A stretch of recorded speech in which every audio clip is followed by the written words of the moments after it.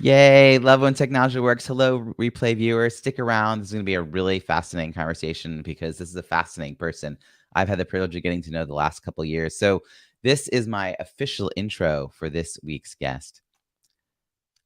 Today's guest defines success as using your authentic skills to serve others without depleting yourself. She's a catalyst for positive change, a certified executive coach, a professional speaker, and a productivity consultant who has dedicated her life to the intersection of productivity and inclusivity. She believes that exceptional leadership and nurturing environments can bring out the best in everyone. She inspires individuals designed for well being and cultivates sustainable performance while avoiding exhaustion and burnout. She encourages leaders to design inclusive performances to invite the richest contributions from every team member. This is a topic she explores with innovators as a host of the Happy Space podcast. She's also a sought after media contributor to news and lifestyle shows, including the Huffington Post, Fast Company, the Globe and Mail, and CBC Radio. Whether speaking to one person or thousands, she loves inspiring massive shifts by inviting you to pay attention to little things that make a big difference. Please join me in welcoming my friend Clare S. Kumar. Hey, Robbie, good to be with you. Oh, it's such a pleasure. So, as you know, this is a show about building strong networks, and the context here is leadership. So, tell me, how do you define leadership, and when did you realize you had the skills to lead? Mm, love those questions. So, leadership, to me, it's about becoming a compelling person to follow. It's not that you have all of the ideas, but it's that you are the person that people are looking to come to their next steps. And so being a leader, especially now, I've recently stepped back into actually having people working for me again, and realizing there's a real responsibility to recognize that I'm on a journey alongside these people that I'm working with. And it's my job to figure out how to invite them to be at their best. I have a couple people now that I work with that are so conscientious, and they can and actually it's happened a couple of times where people are so conscientious and in their own anxiety that they're ready to walk away before having a conversation about, what's going on and what can we do and how do we get this right? It's my job as a leader to stay curious, to be collaborative, to be creative, and to be courageous in figuring out how do we keep working together so that the talent that I see really is brought to bear. So that's what I think a good leader does is standing in that place. When did I realize? I don't know. This is going way back, but I was in the brownies when I was about 6 or 7 years old. And I was a sixer, which meant that I was invited to be a leader in the group. I don't know if I felt particularly like a leader, but that was my first invitation to step into that, and it felt okay. And there was some sense of I would be the one who would kind of guide us as to what we were going to do next, or even be the translator for what the leaders were sharing for us to do. So that's my first memory of leader. But you know what? I was an eldest child, so I'm going to tell you right now. My sisters would tell you I was bossy pants all the time. So I think there's leadership in all kinds of places. I love this. So, first, your definition, I just want to go back to compelling person to follow. And then you talked about being curious and courageous, and like it's about being really present and seeing the best in your people and helping them see the best in themselves as well. And I love that you brought us way back to the brownies. So for those who aren't familiar, brownies is before Girl Scouts. Yeah. So it's early primary grade school ages. I was a brownie. I get it. I don't remember being picked to be a leader. That's really cool that that was your experience. And Mhm. you sort of looking back, you're like, what did they see in me? And now when you mention that you are the eldest of how many siblings do you have? Two sisters. Yeah. So you and what's the age gap? I'm kind of curious. 19 months with my middle sister, and then 6 years from me to my youngest sister. Oh, so the big age gap for the Mhm, youngest one, but 19 mhm. months, like, you're kind of almost on top of each other then. But you Yeah. were still the eldest. Oh, yeah. I on my Claim that cards, all my birthday cards to my parents, "Love your eldest daughter." I claimed that. you I claimed was that. owning that. It's Yeah. terribly hard. So I wonder if that's how you showed up also when you were heading into the brownies to be part of that group experience. Like, you had the ability to sort of see more of what's happening, and you had the experience of being in a room with other people and wanting them Mhm. to you wanted to be able to compel them to follow you. Well, I was just bossy and ordering people around then, I think, but I realized Little that's girls get that label all the time, right? But when a little boy speaks up, it doesn't happen the same way. So that's the right. bossy label, still today, I think Mhm. little girls are gonna get that if that's who they are and how they show up. Yeah. So what was life like on the playground later on? Like, when you're in grade school, did you run for office as you got into later years, into junior high and high school? Were you involved in Not the in after high school school, clubs, not yeah. sports? Like, yeah. Yeah, I was involved in tennis, and I was a member of the choir, and so those were my ways of participating when I actually left the public system and went back into private school. It was a smaller environment, and I was able to find my place in a school of 1,200, 1,500 kids. I was just the smart one of the smart kids. I wasn't able to find a place there, so I was, I don't know, at grade 9, 10, kind of just hiding, I think. I did a 11, 12, and 13 back in the day in 2 years in this private school, and I think I found some confidence there. Not a ton, but I found more when I left, and so first year university, I do remember running for council. I think I I didn't understand copyright infringement, so I modeled a Diet Coke can, and I had "Vote Claire," mimicking the Coke can, and you're not allowed to do that stuff, but I made flyers, and I think it was my first stab at, "Oh, maybe I have a lot to say." I tend to have a lot to say about how things should be or how I see things could be improved, and that was my first foray. I didn't really, prepare speeches or understand campaigning or any of that, so I wasn't successful, but that was my first foray into thinking, "Hmm, I really want to have a voice and a say." It's interesting now, though, you're making me think of another role that I had. I volunteered to be on a board for a national association here in Canada, and the board ended up being toxic, and I ended up leaving. And since then, I have chosen very selectively when I have a place of when I take on a leadership role and when I prefer to be come to me behind the scenes and I'll be that advisor in your ear, but I don't wanna be in the crosshairs, if you will. I can appreciate that on a very personal level. I was just reflecting with a friend over the weekend that I haven't been officially a part of a board since about 20 years, actually. I was thinking it was Mhm, like 2002, probably 2000. Yeah, it was about 2002. I mhm. basically, since I moved to Boston, so that was around that time frame. Yeah, I mean, I got a lot done with just me and one other person. That was kind of what my motto was for a long time. But I love being that person that you can tap to, like, we really need help right now. Can you Mhm. do it? And I'm like, I'll only say yes if I can, and I'll do it without you having to remind me. Yeah. So that's how I try to show up. Yeah, so it's really interesting, these formative years. You moved a bit, so Mm, you ended up in public school in Canada because that's where you really grew up. But you were yeah. born in the UK, is that right?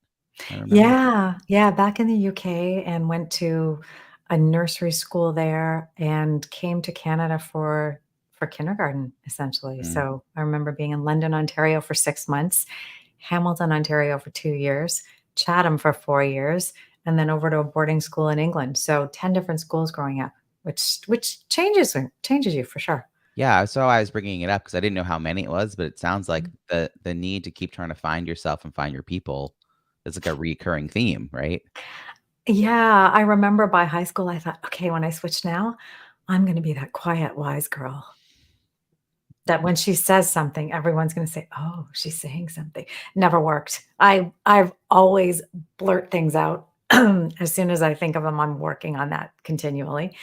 And, yeah, I've always been someone who's I think speaks her mind a lot. So, Yeah. Yeah, and I graduated with 1,300 people, Mm, so I know big schools. So it's 2,600 kids in a 2 grade building.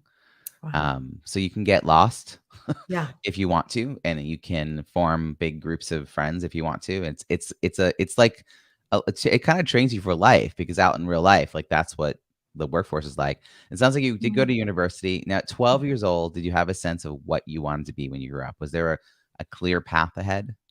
Not at all, but I do remember probably earlier than that, I really wanted to write with big chalk. Oh, I would look at my teachers and I aspired to be someone who would be writing with the big chalk. I just thought that was fantastic. I don't know why. And it seems that that's what I've evolved to in my work now is essentially teaching, in whether it's a keynote, whether it's a workshop, and one-on-one coaching, not so much. I stay in that curious place. But yeah, I think that I was drawn to that role. And then I was one of those people that seemed to be good at a lot of different things. And so there was nothing calling me. I did follow my interest in science to my degree. So I did an undergrad in biology. But I also think there was a part of looking at my father, who was a surgeon, mom was a nurse, and thinking, well, maybe med school. And my love of science is still there, but I I don't like hospitals actually. I don't like clinical much of anything, so I realized that that wasn't gonna be for me. I didn't wanna be working in a lab because I like people interaction way too much, and I I chose not to go into teaching. I didn't like the confined nature of the system, even though I think I would have loved the work. I didn't like feeling like I was going into something with a rigid schedule. So, I mean, it makes sense that I'm an entrepreneur now, but I didn't have words for all of those choices at that time. Yeah. Did you know any entrepreneurs growing up, or so this wasn't even a possibility? Like what you Yeah. had was people in the medical world that you were sort of like, oh, do I want to emulate them? That's Right. I that's didn't know a path. about offices. I didn't even know there were Yeah. office buildings that people went to. Right, because the people you knew, like, went and did that kind of more hospital-focused work, it sounds like. Mhm. Yeah. So, you graduate with a biology degree, you Mhm. decide not to go to medical school. Oh, well, I was Ho decided for me, but yeah, sure. Okay.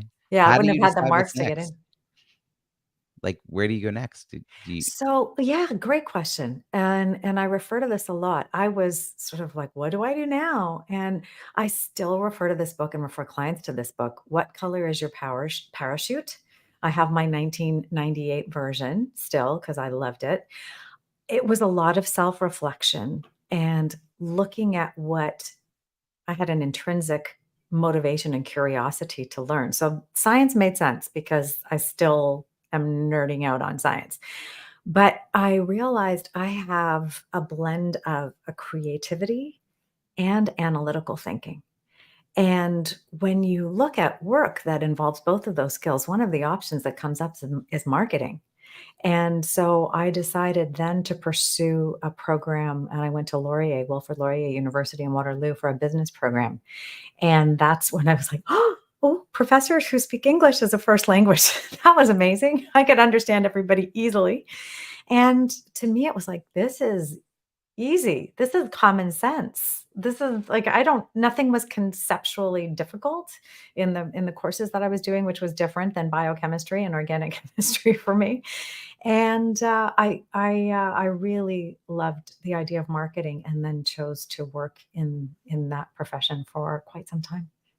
and so you was that an advanced degree, like a master's that you got? It was an in-between experience. So, there was an MBA at Laurier and there was a Bachelor of Commerce, and at this time, they were offering a diploma in business administration, which is this, like, never like, limbo land of in terms of, degrees, with the option to go to do an MBA after a year, and I just never felt the need to go and do that second year.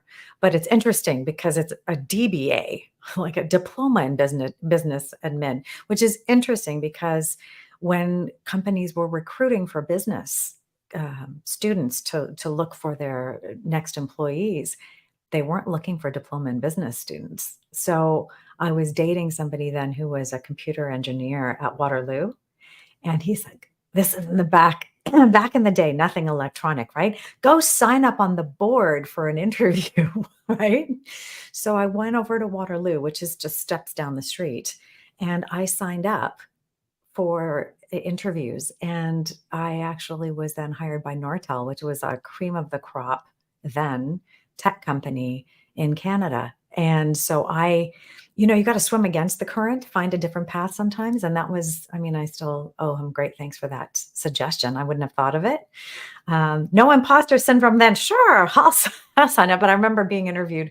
One of my 5 interviews that day that I had was by an engineer who was like, "What are you doing interviewing here?" So, you know, Yeah. read the fine print. Like, But, it's interesting 'cause there's a gendered piece there to explore because women can read a job description that they can feel like 6 out of 10 of the things that are being requested, and they're like, "Well, I'm not good enough." And a guy can read that same thing and get like 4 out of 10 and be like, "Oh, yeah, I can figure out the rest of this." yeah. And so it's Yeah, fortunate that it's you had true. someone like, "No, no, no, just go put yourself in that, Yeah. go put yourself in, like, say yes." And then you got the opportunity, and now you're working at this, like, reputable company. What a nice way to, like, start a career. Mhm. Now, I know you as an entrepreneur, but I also know you as an entrepreneur who's had, like, various types of businesses, I'll say. So when did you leave the world of marketing and decide not to continue down that, the career path that was sort of laid in front of you? What was the deciding factor in that? Mm. I think if I had stayed in marketing and been able to continue with that, I may not have left. And if I had found flexibility, one of the neat things about my background, I think, is that I worked for different kinds of organizations, from startup to 30,000 people companies, Tokyo, Toronto, Montreal. So lots of varied experience. But what made me leave the corporate world was running into I was in a sales support role at that point, and the job was mildly interesting to me, but not Mm, not riveting. So that was something interesting to note. But what drove me to really say I need to really be an entrepreneur and really hone in on this. I started this business in 2005 when I was in Montreal and my kids were really, really little. And then I went back to the corporate world when we relocated from Toronto or Montreal to Toronto because daycare was 5 times the price. And we all of a sudden had a mortgage again. And it was like, if we're going to live here, I need to be able to contribute substantially. So the business that I had started part time with kids, I thought, let's put that on hold for a year as I come back. But I'll tell you, I cried 3 months before I left Montreal. And I had this complete anxiety about being sucked in to the Toronto rat race. And it was not absolutely not unfounded at all.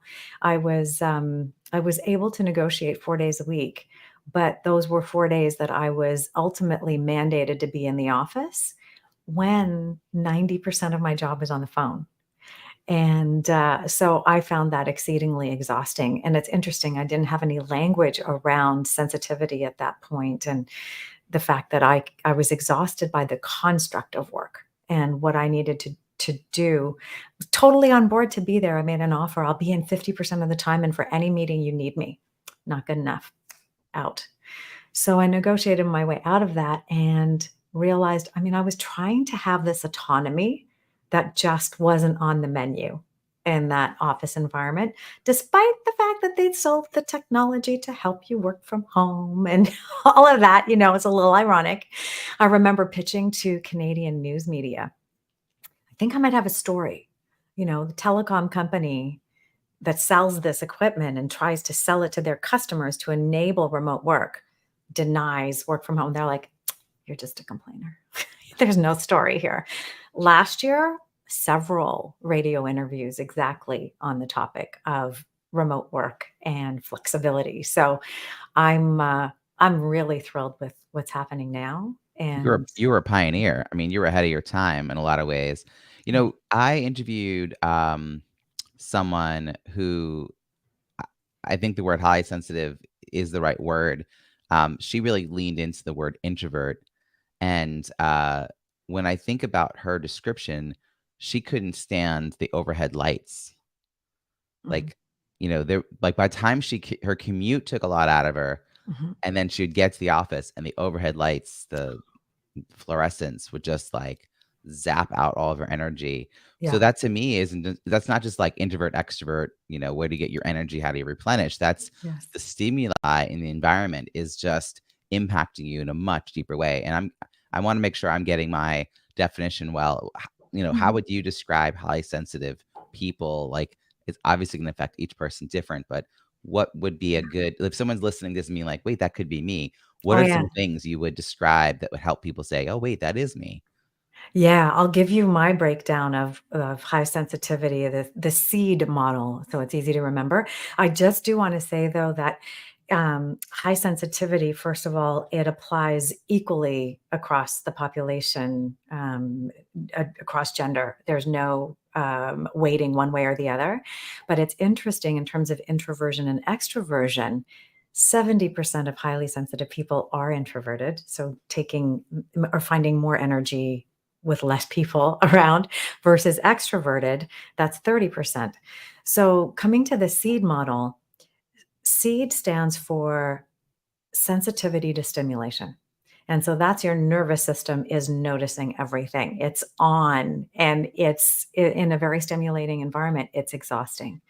It's also you're the first person to smell smoke. So we need to value our sensory awareness, but we also need to insulate from all of that stimulation.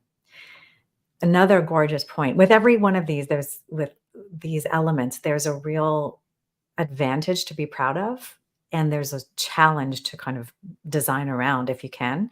The first E is empathy.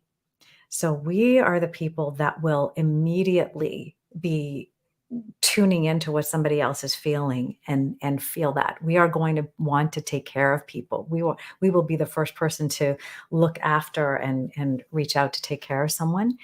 At the same time, you can imagine if I'm watching the news, it can be very, emotionally exhausting because you're caring about every darn thing, even watching films or books. I remember watching a movie, and one time luckily, I was upgraded to business class because I took the duvet and I had it over my head while I had a big sob on the plane, you know? So, empathy is there, and the second or the third second E, third element is emotional responsiveness. And so that empathy can lead to this emotional welling up. And it's there's in the science will show that our brain actually is showing more reaction to things. So we might be more quick to anger. I suspect that Will Smith at the Oscars was emotional and responsivity, like being unleashed when you can't self-regulate, for any number of reasons. Uh, the other thing too, though, is we're very, very self-aware. So I can imagine Will has a lot to say about what happened and really knows what happened for him in that moment. D is really the profound point that really makes highly sensitive people special. It's deep processing. So we're got neurons firing, we're connecting all the dots. If you listen to an interview that, George Stroumboulopoulos did, he's a Canadian broadcaster, he's got a Apple Music show right now, based partially in LA as well. He interviewed the doctor Gabor Mate, and they were talking about sensitivity, and these are both sensitive men. Now, George rides a motorcycle and likes metal, so there are different versions of sensitive men. But he was asking Dr. Mate where sensitivity or where creativity comes from. And he's like, it comes from the sensitive people. It comes from the people that are connecting all those dots. So connecting the dots is wonderful. We come up with amazing output, new ideas, ways of looking at things. We can also spin in analysis paralysis and just not move forward. So, yeah. You just summed up your learning on this that you didn't have when you were growing up. You didn't have as a young Mhm, adult or young professional. You mhm, just had these like irritations that you became aware of and you were like, "Well, if I could just do this differently or if I could just have some flexibility, mhm, if I could just modify, if I could have choice." Like that's you were framing it in that perspective on an individual level. Now it sounds like you have more of it's a macro issue.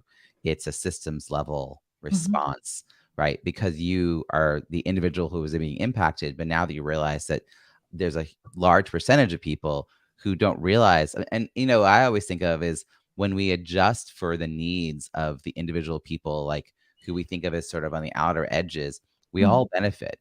Yeah. Like when the seats get a little bit wider because some people got bigger hips, everybody be happy about there being more room on the plane, like Right. we Right. add a few more inches of space between me and the seat in front of me.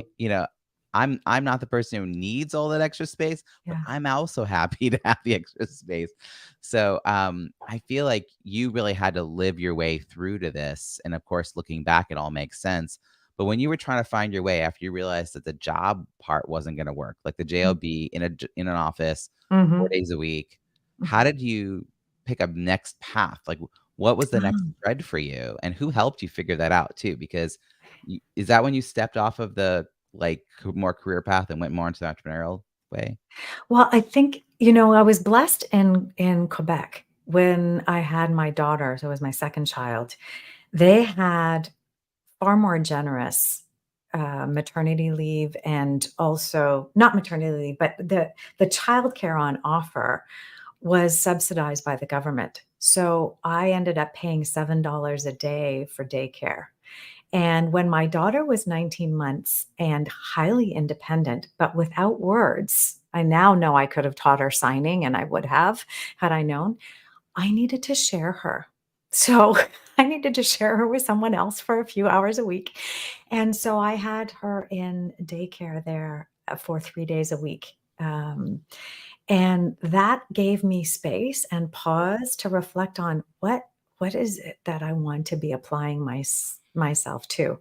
And I was in a mother baby group at that point with my daughter, and one of the women there had just done a course in how to be an organizer, how to be a professional organizer.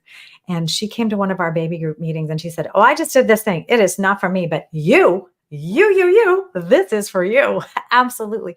Just from the way she saw that I organized my life and parented and the way I did everything was in an organized way, and I think it relates actually to my high sensitivity because being organized was a way to calm my world down, and I needed to do that visually in terms of things all around. I still prefer I'm the kind of person who's in a hotel and will make the bed in the morning before the staff comes just so I can put my clothes down on it and it's not all topsy-turvy. I don't like a messy bed. And, I realized I have some skills in this area, and I did something what I call it now a joy inventory with my coaching clients. I looked back through all the different jobs that I had, and I thought, "What were the small moments of joy that I experienced?" And one of the biggest this was surprising to me to admit it. One of my greatest joys was serving tables, in a restaurant. My feet hurt. I smelled terrible at the end of a shift because we had sizzle plates that would pour grease all over me. I wear a pink tuxedo shirt and a black bow tie. I mean, you can picture this back in the day. But what I loved about it, I realized was the ability to influence somebody's experience in a short amount of time, suiting my impatience in terms of having an impact and getting paid right away and having personal connection. So I still remember a mom and her mother and an infant and a 3-year-old who came for lunch, and because it was now 2:30, I got crayons and paper and was able to sit with that child and color while they could enjoy lunch because all the other tables had left. That kind of thing, I loved it. I got an amazing tip, but I wasn't doing it for the tip. I loved it. So it's, yeah, I think it was tuning into those moments of joy, which I realized I had connection with people. I was making an impact. The timing was not long. It was do something, see the impact, get paid. And I thought, I like this business model. I like this to turn into a business. So then I thought, I'm going to take these organizing and productivity skills and turn it into an organizing and productivity practice. I needed a break from the cubicle world. So I spent a lot of times in kitchens and closets, sort of Marie Kondo before she showed up. And I loved the work. It was very fulfilling to really unlock the way someone was living so they could relax and perform. And so the next evolution was into coaching. And now I do that without so much schlepping of bins. And it's, we declutter life to a certain extent and Yep. figure out how to unleash someone into their life a bit more um, I love the effortlessly. I love the happenstance of how you first introduced the idea of there being such a thing as a professional organizer. Um, I've had conversations with many guests over the years who stumbled into the idea of coaching, Mm, stumbled into the idea of professional speaking, because it's not, the jobs that we are told when we're younger. It's not mm, the career paths. It's not the environments we're told to look for. I think professional organizer is a good example of that. I actually have quite a few friends over the years that have been professional organizers, and hearing their story, their origin story of how they discovered that talent they have, which they yeah. never thought of as a talent. If anything, it might have almost been a thing that held them back, that they needed to be a certain way, that they needed life to be. They're the folks that Mm, the paper on the table is at the right angle mm, to the edge of the desk, and like they would walk into my office and it's like, oh, like I'm the piler. So, but to reframe that sensitivity, as you and I describe it, to this real plus, this way of giving back order to someone else who may be feeling a little bit disorganized and a little bit chaotic and a little bit out of control. And you're mm. like, let's get you some bins. Let's give you a system. Let's create a process. A Um, I, four-step plan to get organized. I love this Yeah. idea. Let's start with one drawer, just one drawer. We just do Mm, one drawer, just one drawer. Like just breaking all that down. And I could see how that would shift into a coaching, because mhm. then you start realizing how it applies in lots of other ways. Yeah, Um, my clients were asking me to coach them actually, which is how it happened. Is Fascinating. somebody said to me, I was helping an individual who was working from home, and he said, "I really need some help with my home office." So I went to help him there, and he said, "I enjoy your language so much. Would you coach me at work?" And that was my foray into, okay, I said, "Look, I haven't done this before, but I'm willing to try it, and if at any point you don't find value, let me know." But I would go and we would have a 2 to 3 hour session. I had no idea that that was, like, way long, but I was like, "If I'm gonna travel out to your office, this needs to be worth my while." So I would go and we would have these long meetings, and it was fabulous way to start. I love that you were sort of invited to that next stage, Mhm, so you didn't have to go looking for it. mhm, You invented something related to professional organizing, which I am always astounded by people who create physical things. I mean, we're all mhm. thought leaders. It's easy. I don't wanna say it's easy to get paid for your thoughts, but it's easy to come up with them. But, like, Yeah. to Yeah. create an Yeah, they don't idea stop. Yeah. and, like, physically create, so what's this thing that you created? Talk about being Yeah. before Marie Kondo's time. Like, what was the thing you created? Yeah, yeah, and I give full credit here to Yuriko Zakimi, who was my then business partner and who came up with the original concept. This is a concept for folding clothes vertically, the way Marie Kondo got everybody, thinking about, "Oh, you can put your clothes vertically in a drawer." Well, we came up with a tool to help you do that, and it's interesting because, yeah, you can fold things without the tool, but the tool, it's the difference between having a piece of paper to put away, like imagine that's a t-shirt or a book. Would you rather manage this or would you rather manage a bunch of floppy pieces Right. of paper t-shirts, right? So Plio is the name of the product, Pliio. You can still see it at plio.com. Cross your fingers. There's maybe a chance it'll come back to market. Still working on that. But I had to look at this concept and really test it out from my knowledge as a professional organizer, working in people's homes. I was already going into homes and teaching people how to do this. And along came Eureka and this idea that a tool could make it easier. And it really does. Not only does it make the folding But we learned that wasn't the biggest pain point. So when it's interesting business lesson, you're looking for what's the real struggle. The real struggle was this manageability, that you'd fold your clothes. I remember being this is kind of funny. I was with a couple and we were looking in their bedroom closet, and the wife said to the husband, I was looking at the top shelf, right? So there's all the hanging clothes and there's a top shelf and there's sweaters piled up there.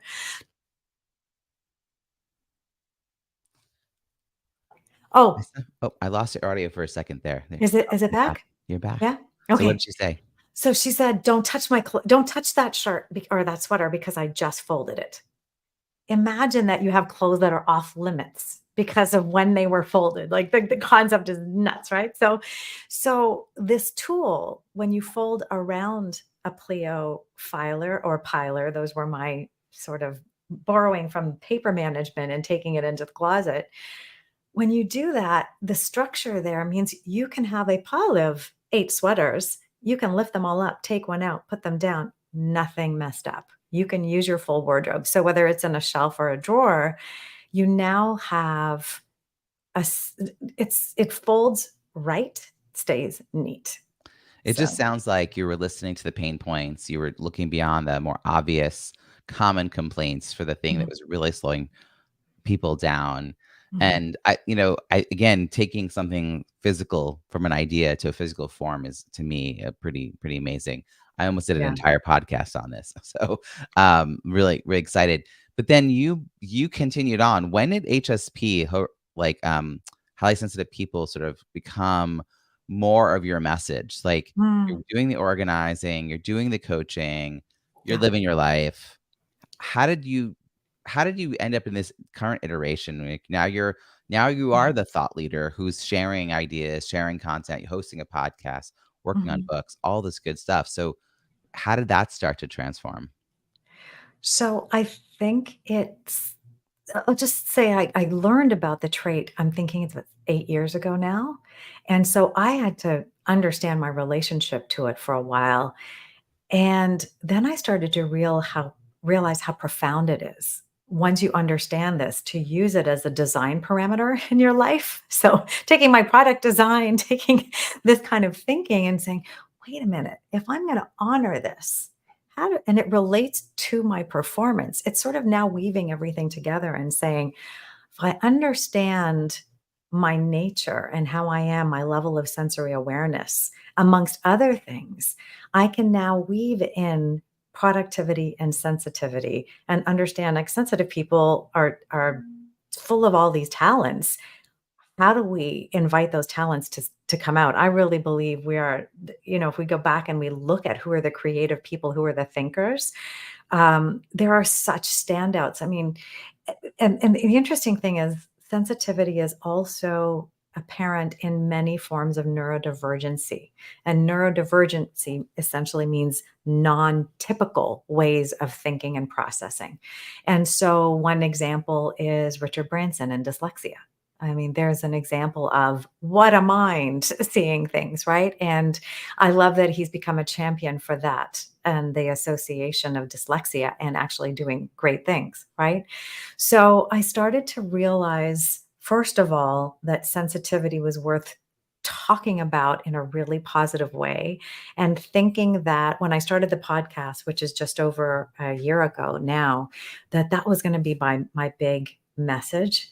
And I've stepped back a bit, step back and have a bigger perspective now. And I really believe that we're really positioned right now at a moment in time where we've come through a global trauma. We have cultural PTSD and nobody's inviting us to take a beat, which I have a whole issue with. But we need now to capitalize on the gains that the pandemic has brought us in terms of an understanding of autonomy and flexibility and productivity and the relationship there. And we need to claim the autonomy that we need, and we need leaders to understand that this is so critical to our performance that we need to redesign work. So now my podcast is really about the intersection of productivity, which I have this depth of knowledge in now, studying for over 15 years, productivity specifically, and inclusivity, being part of the sensitive community, which is minimum 1 in 5 people. Some people are saying now 1 in, well, about 30%. I think if you're gonna use the word high, I'm still thinking it's around 1 in 5. But what about all the other neurodivergencies? What about invisible illness? What about gender issues? What about racism in the workplace? What about all of these ways? Ageism. What about the way so many people are marginalized when they have a lot to offer? And I'm basically saying, stop squandering talent. Mm. And I I love think, this. I love yeah. your how your message has really broadened and it's become a bigger tent. You still have a different perspective than a lot of people who are doing, like, for instance, DEI work or DEIB for belonging work, Mhm, um, that I haven't heard, mhm, people sort of focus on. It's sort of like the person I mentioned earlier, Maura Aarons Mele, who focused on introversion, right? mhm. Like, when that was when she started talking about that, that wasn't something we were talking about, Mhm. and then we started getting books about, quiet and, Yeah. there's sort of like zeitgeist moment happen. And I feel like that's where you're now leaning towards is like, how do we acknowledge these neurodivergencies that if you add up all the ways people are neurodivergent, that's a lot of people. That's like no longer a tiny little minority in your office. That's Yeah. probably a lot of people on your teams, a lot of people that you're interacting with, even your clients. Um, Yeah. so Yeah, I and what's work interesting in that group too is that because more children are being diagnosed, if you will, and understood, parents are going, "Yo, wait a minute. Hello, I'm part of this club." I've seen that. Especially women, because hyperactivity with ADHD was not considered really was considered part of ADHD, and there's the inattentive version as well. So there's the number of women I know in their 30s and 40s are like, "Oh, ADHD." I'm curious where I am on the spectrum. I haven't been tested. I'm curious where I am because as I realize my tendency to blurt is impulsivity. It's a verbal impulsivity that I never connected. I was thinking physical action, but my blurtability is off the charts. So I'm like, oh, I really, what do I need to do about this? So I'm curious. And the neat thing, so just about neurodivergency and sensitivity is that there's such a myriad of ways it shows up. So it still requires curiosity and nuance. I was mentioning George Stroumboulopoulos and his love of metal and motorcycles. Yet he's the guy that just posted on Instagram a couple days ago about what broke my heart was realizing that all the dogs that I first followed on Instagram have probably crossed over the Rainbow Bridge. I'm like, "Oh, George, I love that guy. I love him." Yeah, but at the same time, "Listen to this metal, man." Like, it's just amazing. I love Um, this. I love people who help us expand our own notions and limitations of what a person is when we hear a word. yeah. Um, yeah. I've Mhm. I've got a question about how you stay in touch with people. Mm. Because I know, like, you're in the last, like, few minutes, you've described all these different types of communities that you Mhm. have been a part of, workplace, Yeah. as well as the new work that you were doing, as well as, like, the way you show up in the world. So you have gathered and collected over the years, 15, 20 years, like, all these different kinds of people. Mhm. There's always those inner circle people that you're gonna stay in touch with, but then I always wonder about the second and third layer, or you might Mhm. call them second and third tier out. These are weaker connections Mhm. with people that you enjoy. It might have been Mhm. someone that you met at a conference a year ago, or Mhm. you worked with them 5 years ago, but you haven't had a reason to work with them since. Mhm. How do you think about staying connected, nurturing those kinds of connections? Any habits, philosophies, practices? Yeah. Yeah. I'd say it's really become clear to me that it's personally, one-on-one reaching out is absolutely necessary. I mean, I do all the social media stuff, but when one of the things that I do is, on Facebook, you'll see someone is posting about something sad or it's a happy birthday. I don't do the broadcast message or the responding in the thread. I'm sending always a personal message. I'm always sending something that's happy birthday and I'm thinking about them. I often too try to I just sent this to, actually a client who I have tons of respect for. I just sent a reference to a film that I thought they would enjoy. So it's, you pop into my mind. And Blake Fly, I don't know if you know Blake Fly, but he does this and he's masterful at it. And I realize I do it too. And to me, it's acting on those prompts that when something comes up in your mind that makes you think about someone, don't lose it because they don't hang around in my memory too well, but act on them. And that reaching out and knowing that someone is in your thoughts, I think that's a way to keep a relationship alive. I will say, back to high sensitivity though, highly sensitive people have more mirror neurons than the average person. And our ability to build rapport is off the charts Mm. because I can I can be with someone who I know is type A and needs to get things done, and I can speed up to be at their tempo and go, "Okay, where are we going with this now?" Right? I can kind of dance with them and match them. Or if I need someone who needs to be chill, I'll find their groove and I'll be where they are. And so that's maybe something that I'm now aware of as something that I was doing intuitively, but is maybe an invitation for someone who's not thinking about that. I've it's to tune into where somebody else is and choose to be their dance partner. I love this, and I love the visuals of that as well. I mean, you brought up Blake Fly. I've had the opportunity to interview him, and he's also interviewed me for my 300th episode, I believe. So we'll put links in the show notes to those interviews. Great person to know and to follow and to be inspired by. As Mhm. we're wrapping up here, I'm about to get to my favorite wrap up question. Before that, we're going to hear a quick word from our sponsors. All right, so Claire, it's a year from now, Mm. and I know you and I are going to see each other regularly between now and then. But let's say it's a year from now, and you or I suddenly realize it's been a year since we recorded this, and I want to know a year from now. I'm going to turn to you and say, "Oh my gosh, what have been the highlights of the past year? What should we be celebrating?" So, with Mhm. that in mind, what are you most looking forward to in the next year? It's gotta be completing the book. So I'm working on a book, and it's all about stimulating and supporting the conversations we need to be having to make sure we're inviting everyone on the team to be able to contribute their best. So I just see people shying away from those conversations, and I'm like, "Hang on a second, I'm gonna invite you to the self-reflection and the understanding that we all need different things, this belief that productivity is personal, and that if productivity is personal, flexibility is inclusivity.